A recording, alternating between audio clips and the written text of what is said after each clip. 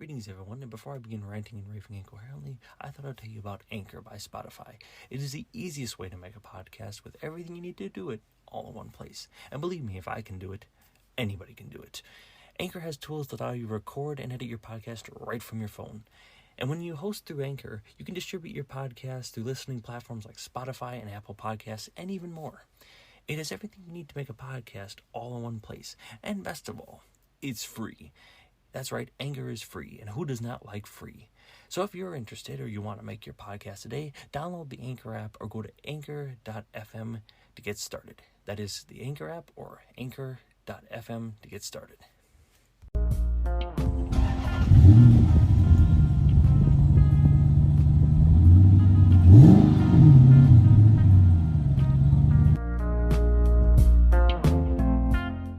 Greetings one and all, and I welcome you to another Ludicrous car review, where we're back with more information about, well, interesting cars and news that hopefully you will find helpful and useful.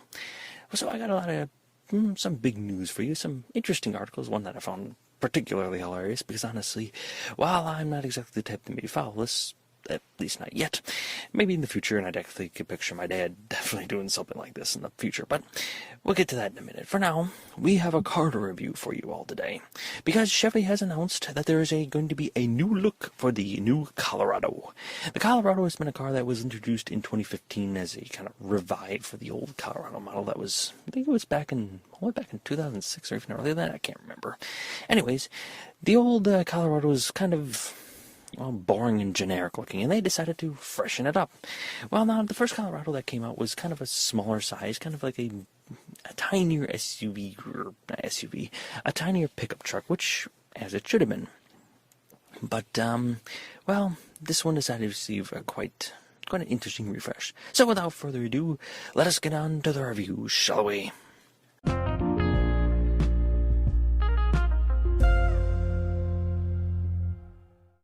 So to start off with, the Colorado received quite a big upgrade for it, and received a beefier stance. Now, while normally I'm all up for a bigger front end and a bigger stance, there are a few things that I do find glaringly problematic about this. It takes the Silverado approach of the large and very flat snowplow front end, along with a very small windshield. Now, the first thing that struck me with, especially after sitting in one of their Blazer models that I recently sat through, and I might do another review of, the problem is that you can't see shit out of any of the windows. And honestly, that seems to be a crowded trend with this thing. Now, it's already a smaller truck, so I can only imagine a smaller windshield with a larger front end would make it rather difficult to, see out the front end. But that being said, I can't say the car is horrible looking. I'm not going to say it stands out as amazing, but, you know, it's a decent refresh in that. I'm not the biggest fan of the decision to go once again with appears to be the option of plastic side, but it's overall not bad for the fenders. But overall, the bumper has got, as long as we get the stripped down option, it's got a painted front end. It's got the similar front end to the Silverado, which kind of blends the two together and makes it kind of meh, but what you gonna do? It adopts the very jagged and very sharp lined Silverado look that kind of made GM's pickup trucks kind of pick up a little bit more steam. But the problem is with the Rams and that coming up, they're kind of struggling in some of these categories. So honestly, the exterior of the car ain't horrible. As far as the front end, it adopts, once again, like I said, that very boxy front end. The fenders, at least going to the front, very much the standard sharp line front end, kind of outlining the bumper in a very boxy pattern. That boxy pattern continues all the way down the side and all the way down the rear fender. The tailgate ain't bad either, and honestly, it's not like I complain too much about that. So overall, the pickup truck, just from the exterior, doesn't look horrible. I think, obviously, there are some things that need upgrade. To be honest, the sneak peeks I've seen of the ZR packages looked a little bit more interesting than that. But to be honest, I think overall it's not bad. As far as the interior goes, and they've released a few, what looks to be snapshots of that as well, the interior ain't horrible, I guess I can say. Honestly, the problem is I've sat in Chevy's interiors as of recent. The problem is the materials are sorely lacking, to be honest. When I sat in the supposed to be high-end trim line of their GM edition, it just struck me as, I don't know, cheap. And even the interior of this thing kind of matches that seemingly motif a little bit. Honestly, the quality of materials, there's nothing really revolutionary about the thing. It's got the cup holders down by the side, the glove box in the middle, just kind of the normal standard spot that pretty much they've had for the last 300 years, if you ask me. No, I'm not looking for anything revolutionary, that's for dang sure. We've seen they got some pretty crazy stuff before, but honestly, just kind of bland. There's nothing really standing out about the interior. Another gripe that somebody recently brought up to me is the interesting choice to use elongated touchscreens. I've known this has been around for a long time, but one person brought up a good point. The problem is with long touchscreens is that it makes it difficult to reach over and touch, well, everything you need on the screen. Some people have said that the Ram pickup truck screen, where it goes kind of straight down, is probably the best option. And honestly, looking at it, I seem to agree, but I can't really complain. I'm still not a big fan of, once again, just kind of gluing the touchscreen to the top of the dashboard. I mean, I'm working into the dashboard, people. It's just a lazy choice, in my opinion. Overall, the shifter knob is actually a real bloody shifter knob. Thank God for that stuff, because to be honest, it's been my biggest gripe is that turning knob thing. Well, I don't mind it, and it's good for some things. When I'm driving a pickup truck, I want to kind of grab a gear. Not that I'm actually grabbing gears anymore, but, you know, you get the idea. As far as the steering wheel, the front console goes, it's kind of the standard issue General Motors. I don't know, there's nothing really standing out about it. It looks like the similar steering wheel as you see in pretty much practically every option available for their Chevy lineup. It's not anything unique, to be honest, to speak of. So overall, though, this is supposed to be a big refresh for the car, but honestly, the interior doesn't really stand out as anything spectacular to me. I mean, it's just kind of, to be honest, just boring if you ask me.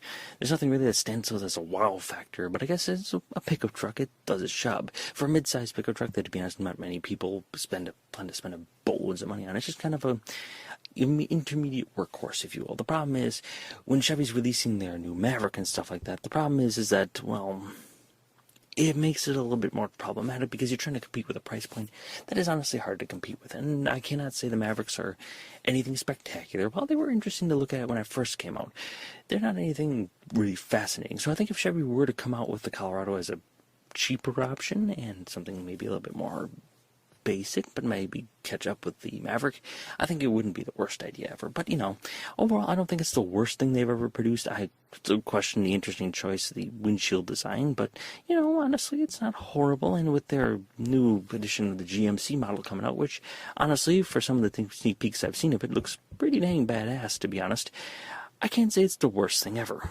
Now, will I say it's the best thing ever? No. At the end of the day, it still strikes the same problems that the original Colorado had. It once again does not really do anything, well, spectacular one form or the other. Is it a great off-road vehicle? Yeah, it's decent. Is it a good pickup truck? Yeah, it's decent. Is it a good passenger hauler? Yeah, it's decent. It hasn't really improved on anything yet. Has it improved pickup truck capabilities? No, not really. Does it have better passenger compartments? Kind of, I guess. I mean, it's a little bit more comfortable, I guess, in some people's opinion. And does it do off-roading real well? Well, I haven't seen the new ZR and the off-road trail package, or Trail Boss package for it, but so I haven't really said anything too much about that. That might be the big improvement for this thing. I don't think it's going to be in the pickup truck or the passenger, or even the cost category, that's for dang sure. I think it's going to mostly be in your Trail Boss editions that they've sneak peeked at, and even the GMC models of the, I think that's the not the Avalanche, the I can't remember, the GMC ATX4, I think it is, they're going to be coming out with the Colorado. I think that's probably the best bet for General Motors to actually make some decent money off of this car and actually produce a pretty good vehicle. So to be honest, what's my overall review of the car? Well, I can't say it's your best option if you're looking to buy a pickup truck, nor is it your cheaper option, as, to be honest, if you can find one, you're kind of better off almost going with a Maverick if you can, like I said, locate one. But overall, like I said, it's not a horrible option if you're just looking for something to ride in between. But like I said, the problem is I don't think this is going to be enough to actually resurrect General Motors' ability to actually, you know, sell the vehicle. It's a good upgrade and it ain't horrible, and it does have some big advantages, but the problem is it's just sort of lacking in just overall capabilities as far as, well, anything is concerned. It doesn't really do anything spectacularly well, and to be honest, unless the ATX Trailbox edition or the ATX4 from GMC actually does something spectacular, I can't see this actually making a big difference, at least for the Colorado. So overall, what are my final review of it? I give it a okay out of, well, all other options. It's an okay vehicle. If you're looking for something just kind of generic, I guess, maybe with the options to maybe upgrade to maybe a little bit off-road package, well, it might be the vehicle for you. But to be honest, if I were to give my personal opinion, if you're going to invest in a mid-sized pickup truck, go a little bit cheaper, maybe, I don't know, buy a Maverick. I mean, bed size is about the same, a little bit smaller, I guess. Not that this tiny bed size do any good for you. I mean, passenger compartment may be a little bit bigger, but to be honest, there's just not big of an advantage to it.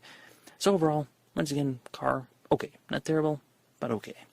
So anyways, with the car review out of the way, and hopefully with the interesting facts coming up in the news segment, let's get on to the news, shall we? So to be honest, I have to start off with this article because, oh Lord, I found it absolutely bloody hilarious. Because to be honest, I could not think of anything else. It's just, oh, good grief. There's an article on Motor Trend. Loving your car to death. Can you be buried in your favorite vehicle? Oh my God. We used to make jokes about this when me and my brothers were a kid, that my dad had with his Firebird was going to get buried in the dang thing. And to be honest, I cannot say it's funny, but it's oh, good grief. Yeah, boy. Okay, there's a myth that going around there's a Cadillac coffin that was once hunted for by pop culture for decades, and the idea of being buried in a luxury car might seem like a one-off tribute. But the twist of the tale of the Willie's tale, or what I think is what they call it, is actually based on a true story. Apparently, a guy actually ended up a Chicago gangster and an over-top gambler was actually indeed laid 6 feet under in a bizarre coffin-sized replica of his automobile. It was not exactly as spectacular as people think. That's not an actual car, but to be honest, it isn't exactly not either. It's actually kind of funny too. Apparently, in 1973 as well, in 73, sorry, a guy also ended up being buried in his car as well. Honestly, but I find it very hilarious how people would actually think to do this. But to be honest, it's like, okay, you're buried in your car, but what good has it done you, my friend? I get you love the car, but I don't know, you feel like you died, so you decided to suicide the car along with you, my friend. What the heck's wrong with you? Okay, if anybody was thinking like, oh, I'm just gonna be buried in my car, I mean, honestly, if you die doesn't mean the car has to go along with you. It's like one of the, well, if I die, you're coming with me type things. It's like, God, bloody hell. Oh, and other rather funny news. I can't laugh without looking at this car. Okay, alright, in 2024, Genesis GV90 will embody a 3-row SUV. Oh, good grief. I don't know if this is a preliminary sketch or if this is what they're actually releasing, but apparently it's some kind of Superman-esque front end of this thing. I've seen this going around before in the G90s and that, but by God, does it look even hideouser in an electric, where it's just a stagnant front end. It looks like complete and utter garbage. But to be honest, it's not exactly well, no, it is pretty dang ugly. It's like some kind of, like, if Superman kind of had a symbol just plastered to this, like a Superman mobile, if you will. It's just weird looking, but my God, maybe when they actually release the actual car, it will not be this bloody bad. But the illustrator for it actually just kind of followed the contours of the original G90 front end, and if it's anything like this, my God, it's going to be ugly as all heck. And other better news than that, in 2023, Ford Bronco and the Bronco Sport will announce new heritage editions. And to be honest, the pictures I have seen of them are indeed, well, heritage editions. The Bronco has pretty much been stylized by the fact that they've pretty much just followed the retro pattern, but to be honest, they've done a darn good job of it. To be honest, this is just a retro Ford. This is just a red Ford with the white pinstripe, with the double pinstripe, with the cursive Bronco logo, with the white front end, the white top on that, and it does look pretty dang cool. There'll be 2 heritage editions per Bronco, and apparently there's also a yellow version as well, so basically a yellow and a red version. And overall, they actually look pretty dang cool, to be honest. I actually kind of like them, and honestly, if I had a little bit of money in my pocket, which unfortunately, as you may find out, is unfortunately not quite an option for me, but I would buy one for sure. In fact, even in the interior, they have like a plaid-ish, not in-your-face plaid, except if you get the blue, but the tan plaid is just kind of like a retro seat from like the 80s and that. It's actually kind of freaking cool, actually, if you look at it. No, I'm not a big fan of in 80s cars by any means, but honestly, the interior, though, looking over it does work for me. I cannot say it's my favorite part of the car, but if I were to suggest you buy it in a brown, because it doesn't quite hit you in the face with it. If you want to get an idea of what the interior looks like, and don't feel like looking at a picture, kind of just picture an 80s car, and just kind of picture what would be the craziest interior in the thing, and that's what they decided to put in. I cannot say it's the smartest choice. It's kind of like I don't know, I can't say 80s, 70s or 80s, like 70s more like it. To be honest, it's not the worst idea, I suppose, but yeah, if I were you gonna get it in the brown, it's not quite in your face about the fact it's like the striped, weird lined, fuzzy plaid or whatever it is. I'm not quite sure what to describe it as. But honestly, though, as far as the rest of the car goes, it ain't bad. I actually really, really love the exterior of the car. Honestly, I was a little leery when they said they were coming out with this, but to be honest, it really does work for the vehicle. I was pleasantly surprised, honestly, and if I wasn't for the fact I was currently working on another project of mine, I would honestly consider buying it, because the interior does leave a little to be desired. If you get the brown, it's not quite like in your face, but the exterior is absolutely brilliant. And finally, in other rather comedic news out there in the world, I just received a big shock. I didn't know this, but apparently, the man who does his damnedest to ruin car driving itself, Ralph Nader, he's still alive. And he's apparently fuming from their face. He is mad as all hell, because apparently, no one is above the laws of manslaughter, as he quotes. That's right, the man who managed to kill the Chevy Colorado is now after Tesla's self-driving software, claiming it needs to instantly be pulled by the NHTSA from all Teslas. And a rather fervent and, well, Ralph Nader is, quote, Tesla's major development of so-called full self-driving FSD technology is one of the most dangerous and irresponsible actions taken by a car company in decades. Tesla should never have put this technology in any vehicle. Now over 100,000 Tesla owners are currently using technology that research shows manufactured every 8 minutes. Yes, I can picture that's exactly how he said it, because, honestly, it's Ralph Nader. Oh, Lord, I didn't even realize Ralph Nader was still alive. Now, honestly, looking it over, it actually ain't entirely wrong the way he's putting it. Tesla self-driving cars are not indeed actually self-driving, as many people are mistaken. They are partially self-driving, but not quite fully. You still need to have the driver's attention. To me, full self-driving is you turn the car on, put it in a destination, and you drive it away. I'm not the biggest fan of this notion, but honestly, I can see where it could be useful, especially if you're an older fellow with compromised driving capabilities, if you will. So, honestly, while I cannot say it's the worst thing ever, I can honestly say, Ralph Nader, my friend, you are somehow still managing to attempt to ruin the car world as we know it today. I cannot say I'm a huge fan of Tesla, as I've stated a few times before, but honestly, Mr. Nader, I can clearly tell you, you are absolutely off your gourd if you think this is going to somehow cause $100,000 car, or $100,000, well, they are 100,000. Anyways, 100,000 cars to somehow careen off the road and murder people by the thousands. No, people, my friend, manslaughter is not the issue here. In fact, to be honest, out of all the cars out there with self-driving capabilities, other than maybe Chevrolet, it's one of the few I'd honestly trust to honestly turn on and kind of relax a bit while behind the wheel. All other car systems, to be honest, make me kind of nervous because I don't exactly trust them 100%. But Tesla is one of the few that, to be honest, when I get behind the wheel, I feel like I can flip that little switch on and kind of relax a bit. Mr. Nader, my friend, I'd advise you stick to the retirement home and try not to give too many interviews, because I can't say, I wish I could say you're going senile, but, well, Mr. Nader, you've always been this way. Anyways, finally, and without further ado, in more personal news, I almost killed my Firebird. Yep, I finally got the dang thing running, got it back from the garage, took it back home, and proceeded to instantly kill the darn thing.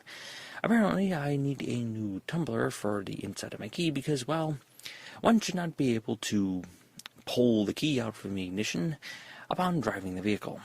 But you know, well, after a new tumbler comes in, we'll see what happens. But anyways, I suppose that does it for the news for today, as well as my personal news as well.